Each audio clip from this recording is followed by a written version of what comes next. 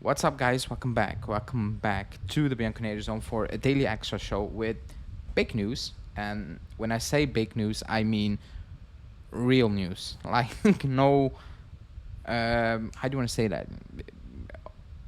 Player X is a player we might or might not like. This is real. And it's about Timothy Castagne. I will talk about more, but this is the main news, the breaking news. Actually, minutes before I start recording, so good that I waited a little bit. Otherwise, you would have been watching an outdated video already, and it might have been outdated now when you're watching this. It's pre-record, but it's Timothy Castagne, and we are in for Timothy Castagne. That's what we're gonna talk about, and also ACUNA, PAVARD, Huijsen, and Fratesi.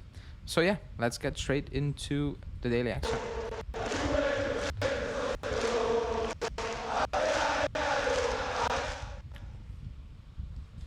Okay, so the breaking news is we are in for Timothy Castagne. Um, we talked about the the bad list we had with Vasquez and Holm and what was the other name? Odriozola. And you might say this is just adding to the bad list, and I would kind of agree with you. I would, Um, it's better than Odriozola. It's better than Holm. It's not better than Vasquez, but Vasquez with the age and the wages is not a good idea. Timothy Castagne is kind of out of nowhere. He played in Serie A, I think 3 years probably, with Atalanta. I've watched him play every single week basically. When he played 50 minutes from where I live, when he played in Belgium before he moved to Atalanta. So I've seen him play. So maybe I've been biased. When he was over here, he was brilliant. He was excellent, and I was kind of excited to see what he would have been. He would have improved moving to Atalanta, because that was kind of set up to succeed. It didn't really succeed. I don't think he had a poor run at Atalanta, but he didn't have the development I thought he was gonna have. At Atalanta, because he was a very, very busy player going up that pitch, a bit like Lichtsteiner in terms of he had a big engine and he was very reliable. He wasn't unreliable at Atalanta, but I thought he was going to take that step further. He moved to Leicester. I think at the beginning he was improving and he was doing well. Last season, disaster. Like disaster class, unbelievable. A very poor, bad season. Like really, really poor. So, like a lot of Leicester players, Sionchuk, like even Tielemans, they were all crap all season long. They had a very poor season, all of them, and that's why they got relegated. And that's why the uproar starts, He's 27, I think. Let me check, because I usually just guess these things. Now I have it over here. He's 27. He will be 28 this season. I will read out the news. It's from Di Marzio and Romano and Giovanni Albanese. You are interested in Timothy Castagne as a new right back for next season. You've asked information on all conditions of the deal on both players and club side. Castagne is keen on the move. He would love to join Juve. Asking price 50 million euros. Obviously, he wants to join because he doesn't want to play in the championship. That's one. 50 million euro, too much. That's two. They're relegated. It's too much money, so you better get something off that deal if you're going to sign him. Do I want him? No. I would rather the club spend that money on getting Fresneda. He is very raw and unproven Fresneda, but the upside is much, much higher. Like, you can get something incredible out of him potentially, and that's what I like. Why does Castagne, why is he liked by Allegri? Excuse me. Easy. Like I said, big engine. Can play in a back four, can play in a back three. Like, can play in a 3-5-2, excuse me. That's why he's liked by Allegri. That's the not the only reason, but that's the biggest reason, in my opinion, that he's liked by Allegri. Because he can play both positions.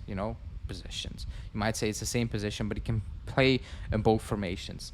Now, is it like, it's not excited news? It's not like, I'm not gonna sit here and be excited, and I might be a bit do you want to say, biased because I've seen him play over here, and I did like what he did, or what he showed before he moved to Atalanta, and even at the beginning at last year, I did like that. He didn't improve as much as I want, and I'm still gonna say no. By the way, like I'm not gonna be hyped about it. I'm not gonna be, how do you say, excited about it. I'm not gonna say it's gonna flop completely. It's gonna be a great deal because I think what Allegri wants to do, he will fit that perfectly. It's just we don't think, like we all, or like a lot of people do not want what Allegri wants. That's probably the sticking point. But I think he will do a good job for Allegri, and he's gonna stay here. But these are not the deals we should be doing. Is it like the Fresneda? Those are the type of deals we should be doing. Keeping Junior, like these are the moves we're trying to do when we need to cut cost, and we have promising young players. You can still bring in promising young players. You can still bring in experienced players, but you need to add that to potential. And this is not potential. Like this is Castagne. It won't get better.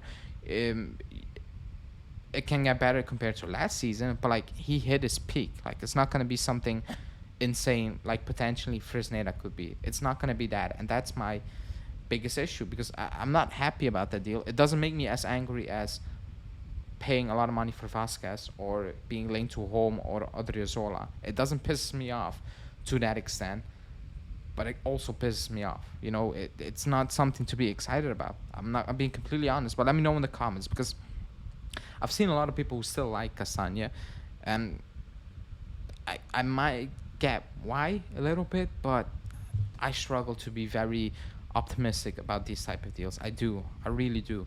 But this is the big news, the breaking news, a deal that we actually are trying to do, apparently. Let's see how they will develop. It might be kind of old news when you're watching this video, so keep in mind I'm recording it at midnight when Di Marzio broke this news. It will drop a little bit later. So let's see how that will develop. Now let's move on to another news from Romeo Agresti, also a reliable source, saying in the last few hours, Juve have been offered Marcos Acuna of Sevilla. The Bianconeri, however, are currently in the middle of an evaluation phase. Jesus. Now, let me get that age because I want to be right.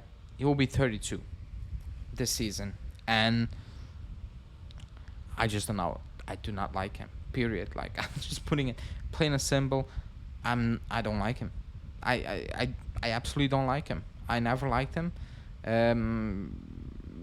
It's probably for the left wing. It's left back. I mean, I've said it. You know, can you get me something much better than Cambiaso? Is he better than Cambiaso? I think he is. At this moment in time, I'm not that high on Cambiaso. But this is not what I was looking for. Like Parisi, that's maybe what I'm looking for in the current state we're in, but not Acuna. And again, he's been offered to us. I don't think we're going to do that deal. I'm pretty sure we're not going to do that deal. But it's also a bit telling that these are the players we got offered. Like in the past, it were Khedira, Pirlo. Those were the players we got offered, you know, on a free signing. Now it's Acuna, you know. It's not Gundogan who's free. Like it's Acuna. It's a sad reality, but I don't think we're gonna sign Acuna because that's not what we should be looking for. You know, I think Castagne is already off limits. You know, and this is completely like danger zone. Don't do it. You know, just stay away from it. Thank the people who offered you Acuna, you know, for their trouble, but let it slide. Keep it moving. No to Acuna. That shouldn't be an option whatsoever. Now, the other part of the news, it's all left and right backs today, or center backs in this case, and right back, is Pavard. It's not from Sky Italia, it's from La Stampa.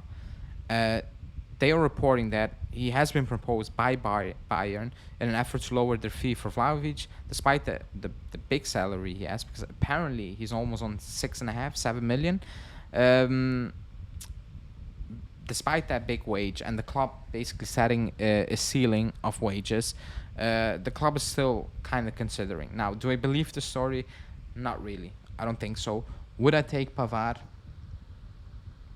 That's a very tricky one because let me check. I don't want to lie. He's 27. He won't be 28 this year. Would I take Pavard? You know what it is with Pavard? I've seen him play. Let's say I watch him 10 times. I'm just saying something. I'll probably watch him more. 5 times out of those 10 times, I'm like, wow, that's good. And the other 5 times, I'm like, what what happened to you? And that's the big worry, is it? Because he's versatile, right back, center back. He can play both positions. I think in a 3-5-2 he can do also a decent job. But it's that, in my opinion, he is so inconsistent that it's a problem. I think it will be a problem, especially if he comes in on being 6.5 million. Then you're stuck with him. So I do believe it could be a problem. I don't believe the story. I don't think. Or Bayern might have offered him to us, but I don't think the club will do it because they will value Pavard at 35, and then when they value Vlahovic at 60, if something crazy like that. I don't think the club wants to do that deal. The club wants money. They might go back for Pavard separately, but I don't think this is something we should be really considering, especially when we're linked with Castagne now. So I don't think that's something we should be really looking at. But I'm just mentioning it because it's in the news. It's in the news. Let's keep it rolling to Frattesi. That's according to Sky Italia. Now, according to Sassuolo, there was no meeting today, but according to Sky Italia, Romeo, there was a meeting. Saying that today there was talks during the Lega assembly, so they met to discuss selling TV rights, which didn't help. It didn't work, because they didn't sold. They wanted 1.1 billion, and they didn't even get close to that number. So Calcio, another win for them. So they met with Carnevali, the sporting director of Sassuolo, to discuss Frattesi. But the interest of Juve is still on hold because they want to resolve the situation of Rabiot first. Yesterday they reported Di Marzio saying that they gave Rabiot 15 days to make up his mind. Are you going to sign the 1-year deal or not? Then this news makes sense because they're going to wait and then they might go for Frattesi. The issue is Inter are pushing, and within 15 days he might be gone. No Frattesi, no Rabiot, and then what? That's the game they're playing now, because I have a feeling, I'm pretty sure actually, that he's going to Inter unless we made some ridiculous bid and Sassuolo like, yeah, and Frattesi might be like, yeah, whatever, I'll go Juve as well. Doesn't really matter. But yeah, I mean, if you keep Rabiot, you don't need to buy Frattesi. It's as simple as that. Rabiot is a short term, Frattesi is a long term. If the club tells me we need to keep Rabiot for 1 more year and next season we will give you player X, and player X is like, wow, that's worth while waiting, then great. But we thought that about the Di Maria situation and Sule, and that turned out to be a complete disaster because Di Maria is gone. We don't have a replacement, and Sule might be loaned out because he hasn't played much, so we don't know if he's up to it. But let's see how that will develop. Now, a few quick stories. Huijsen and Nonge signed a new deal. According to Romeo, Barcelona were still pushing to try to sign Huijsen, but he stayed, which is fantastic news because he looks like a gem. He will play with under 23s. He will go on tour. I think he will have some minutes or be called up in the first team next season. With Bonucci staying, injury prone, Rugani being Rugani, and having only Danilo Gatti and Bremer injuries, he will be called up in the first team. So very interesting to see how he will develop. But that's a good move. Same for Nonge, because I do like him. He's not talked about too much. But this season might be his breakout season where we are like, wow, yeah, he could be something as well. He could be. So that's positive news as well. 2 more stories before wrapping up. Kulusevski, very close to Tottenham for 30 million instead of 35 we agreed on. I'm not going to moan about that on this video. I've done it in other videos. Whatever, we are terrible at selling. We took money off the asking price because they wanted it.